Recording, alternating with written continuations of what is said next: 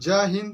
तो आइए आज हम लोग केवल चर्चा करेंगे प्राचीन जो राजवंश है, केवल हम लोग उनके संस्थापक और अंतिम राजा, ठीक है, इतना ही हम लोग जो है कि इस क्लास में इस वीडियो के माध्यम से हम लोग याद कर लेंगे।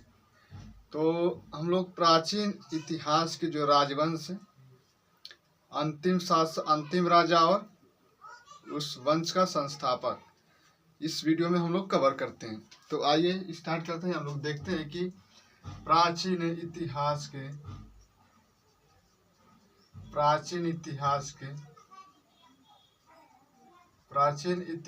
के प्रमुख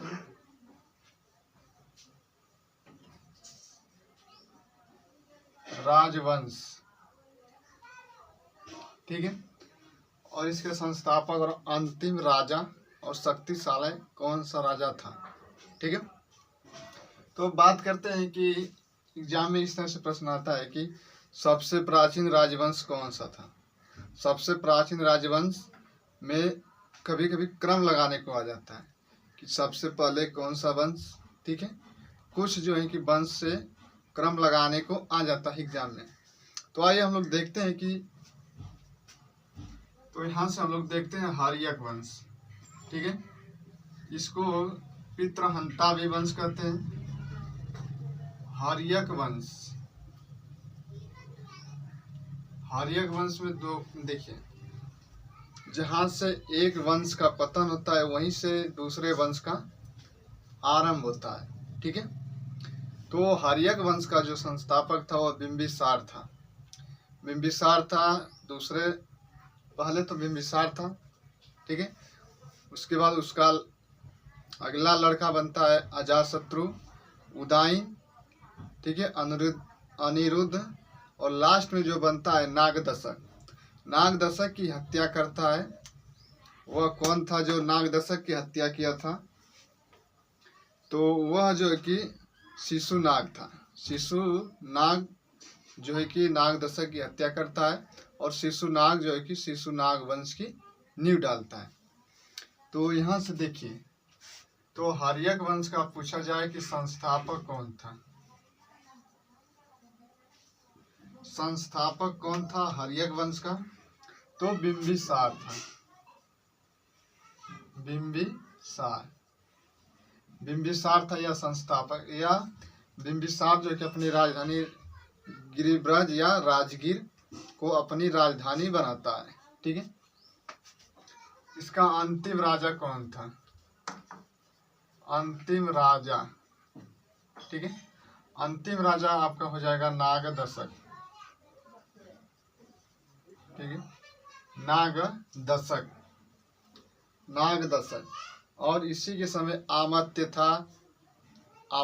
जो था वह था कौन था? तो शिशुनाग था। और जो कि नागदशक की हत्या करके जो कि शिशुनाग वंश की नींव डालता है। तो अपने नाम पर ही शिशुनाग वंश की नींव डाला। तो हार्यक वंश में देखेंगे तो इसमें एक राजा जो कि अजातशत्रु था। अजातशत्रु यह पितृहंता वंश था। यह अपने पिता की हत्या करते करते, इसलिए इस वंश का नाम पड़ गया पितृहंता वंश, ठीक है। अब देखिए क्या होता है कि जब अजातशत्रु का शासन था तो उसी समय जो है कि प्रथम बौद्ध संगीति का आयोजन कराया गया था, ठीक है। उस समय जो है कि गौतम बुद्ध की मृत्यु हुई थी, तो अचानक जो है कि प्रथम बौद्ध संगीति का आयोजन कराया गया था, सम्मेलन कराया गया था। तो पूछा जाता है कि जो प्रथम बौद्ध संगीति का आयोजन है यह किस वंश के समय हुआ था, या राजा का नाम दे दे, या तो वंश पूछ दे। तो वंश पूछे तो हार्यक वंश, और राजा पूछे तो अजातशत्रु, स्थान पूछे तो राजगीर में ही प्रथम बौद्ध संगीति का आयोजन हुआ था। तो यह आपका हार्यक वंश हो गया खत्म, ठीक है, अंतिम राजा हो गया। अब दूसरा वंश आता है शिशुनाग वंश। शिशुनाग, ठीक है, यह शिशुनाग वंश, इसका संस्थापक तो आ जाएगा कौन? तो शिशुनाग था। शिशुनाग वंश का संस्थापक तो शिशुनाग था। ठीक है, संस्थापक, इसका संस्थापक, शिशुनाग वंश का संस्थापक तो शिशुनाग ही, अपने नाम पर ही जो है कि शिशुनाग वंश चलाया था। ठीक है, और इसका अंतिम राजा कौन था? ठीक है, नंदीवर्धन, नंदीवर्धन।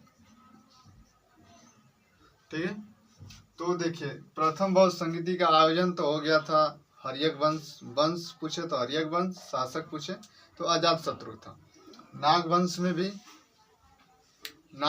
भी एक राजा आया था जिसका नाम था कालाशोक के भी समय में दूसरे बौद्ध संगीति का आयोजन हुआ था। समझ में आ रहा है?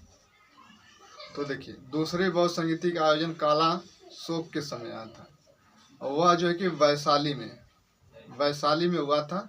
दूसरी बौद्ध संगीति का आयोजन हुआ था, वह कालाशोक के समय। जो वंश था तो शिशुनाग वंश था। ठीक है, दूसरी हो गई बौद्ध संगीति, प्रथम भी हो गई, दूसरी भी हो गई। ठीक है, तो जो हर्यक वंश, शिशुनाग वंश, नंद वंश, तीसरा वंश आता है नंद वंश। ठीक है, नंद वंश का संस्थापक था महापद्म नंद।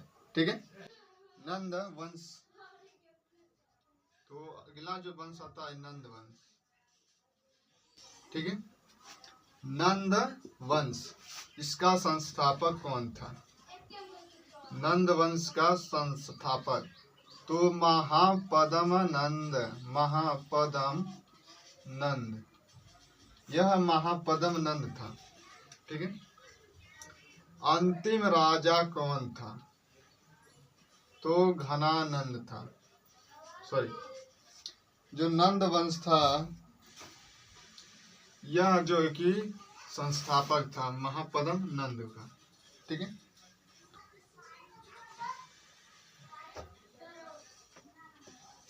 तो नंद वंश का संस्थापक महापद्म नंद, अंतिम था घनानंद। ठीक है, तो अंतिम राजा घनानंद था। ठीक है, नंद वंश का संस्थापक महापद्म नंद, अंतिम राजा तो घनानंद। ठीक है, घनानंद के ही समय में जो है कि चंद्रगुप्त मौर्य ने मौर्य वंश की नींव डाली थी। मतलब कि घनानंद का जब पतन हुआ, कह सकते हैं कि नंद वंश का जब पतन हुआ तो उसी समय जो है कि मौर्य वंश की स्थापना हुई। तो मौर्य वंश आता है, मौर्य वंश का संस्थापक था चंद्रगुप्त मौर्य। ठीक है, मौर्य वंश का इसका संस्थापक था, यह एग्जाम की दृष्टि से महत्वपूर्ण है। संस्थापक था चंद्रगुप्त मौर्य। अपना सेनापति लेकर आता है जो है कि अपना प्रधानमंत्री नियुक्त किया था। तो कौटिल्य, चाणक्य या विष्णुगुप्त का ये जो है कि उसी को साथ लेकर आते हैं और जो है कि मौर्य वंश की नींव डालते हैं। तो चंद्रगुप्त मौर्य। ठीक है, चंद्रगुप्त मौर्य, यह जो है कि चंद्रगुप्त मौर्य, और इसका अंतिम राजा था बृहदत्त। अंतिम राजा बृहदत्त, अंतिम राजा था बृहदत्त। ठीक है, हर्यक वंश, शिशुनाग वंश, नंद वंश, मौर्य वंश। मौर्य वंश का संस्थापक पूछे तो चंद्रगुप्त मौर्य था। इन्हीं का एक प्रधानमंत्री था इन्होंने जिसको प्रधानमंत्री नियुक्त किए थे कौटिल्य को। कौटिल्य, विष्णुगुप्त, चाणक्य, जिनकी पुस्तक है अर्थशास्त्र, उसमें राजनीति का विषय कभी पूछता है कि जो कौटिल्य के द्वारा जो पुस्तक लिखी गई है अर्थशास्त्र, वह किस विषय पर लिखी गई है? तो वह राजनीति पर लिखी गई है। ठीक है, तो मौर्य वंश हो गया। जो अगला वंश है, ठीक है, कण्व वंश। ठीक है, इसका एक ट्रिक चलता है कि असीन मशूक सा। ठीक है, असीन मशूक और इसके बाद जो मौर्य वंश का आया था पुष्यमुक्त शुंग वंश। तो शुंग वंश, ठीक है। इसका यही चलता असीन मशुक शाह। हर्यक वंश, शिशुनाग वंश, नंद वंश, मौर्य वंश, शुंग वंश, सातवाहन वंश, ठीक है। तो शुंग वंश का जो संस्थापक था पुष्यमित्र शुंग था। पुष्यमित्र शुंग था, ठीक है। तो शुंग वंश का संस्थापक था पुष्यमित्र शुंग था। वह शुंग वंश का क्या था? संस्थापक था, ठीक है।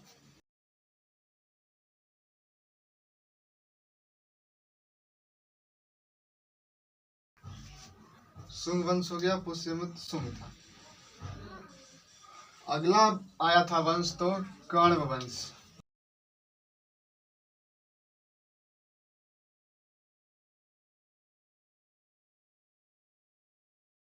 तो कण्व वंश, ठीक है। कण्व वंश, जो कण्व वंश का संस्थापक था सुशर्मन। इसका जो कण्व वंश का संस्थापक था सुशर्मन, ठीक है। जब कण्व वंश का पतन हुआ तो अगला जो वंश आया था उस वंश का नाम पड़ा था सातवाहन वंश। यह जो है कि देखेंगे तो यह आंध्र प्रदेश और महाराष्ट्र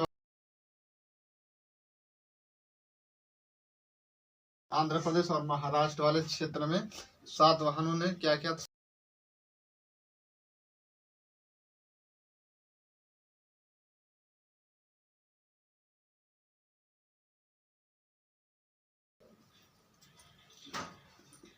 ये महाराष्ट्र हो गया और ये वाला एरिया आंध्र प्रदेश, ठीक है।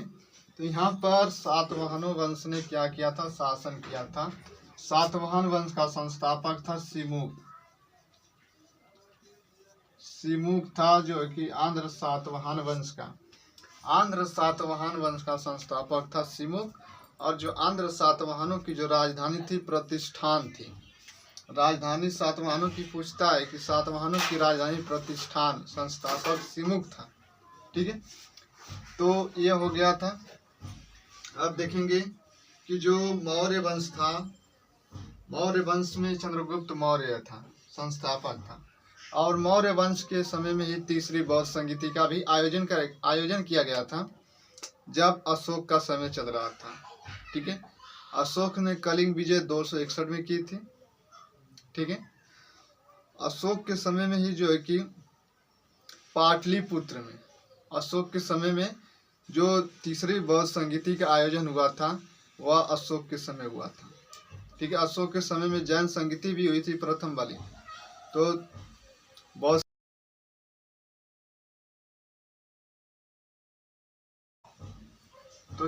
तीसरी बौद्ध संगीति जो है कि अशोक के समय हुई थी।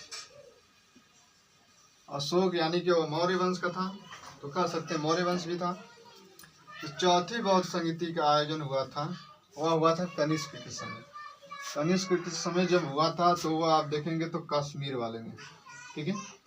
इस कश्मीर वाले में कुंडल वन में जो है कि चतुर्थ बौद्ध संगीति का आयोजन किया गया था। किसके समय में? तो कनिष्क के समय में, जो है कि कुषाण वंश का संस्थापक है कनिष्क, ठीक है। कनिष्क जब आया था गद्दी बैठा, ठीक है, तब इसके समय में जो कि चौथी बौद्ध संगीति का आयोजन कराया गया था। तो ये हमारे प्राचीन इतिहास के प्रमुख जो राजवंश थे, जो अंतिम राजा संस्थापक, कुछ जो है कि बौद्ध संगीति भी आयोजन की गई थी। तो यहाँ से प्रश्न ऐसी तरह से बन जाते हैं आपके लिए यह वीडियो यूजफुल होगी, ठीक है। छोटा सा टॉपिक था। तो अगले हम लोग मिलेंगे नेक्स्ट वीडियो में। तब तक जय हिंद, जय भारत।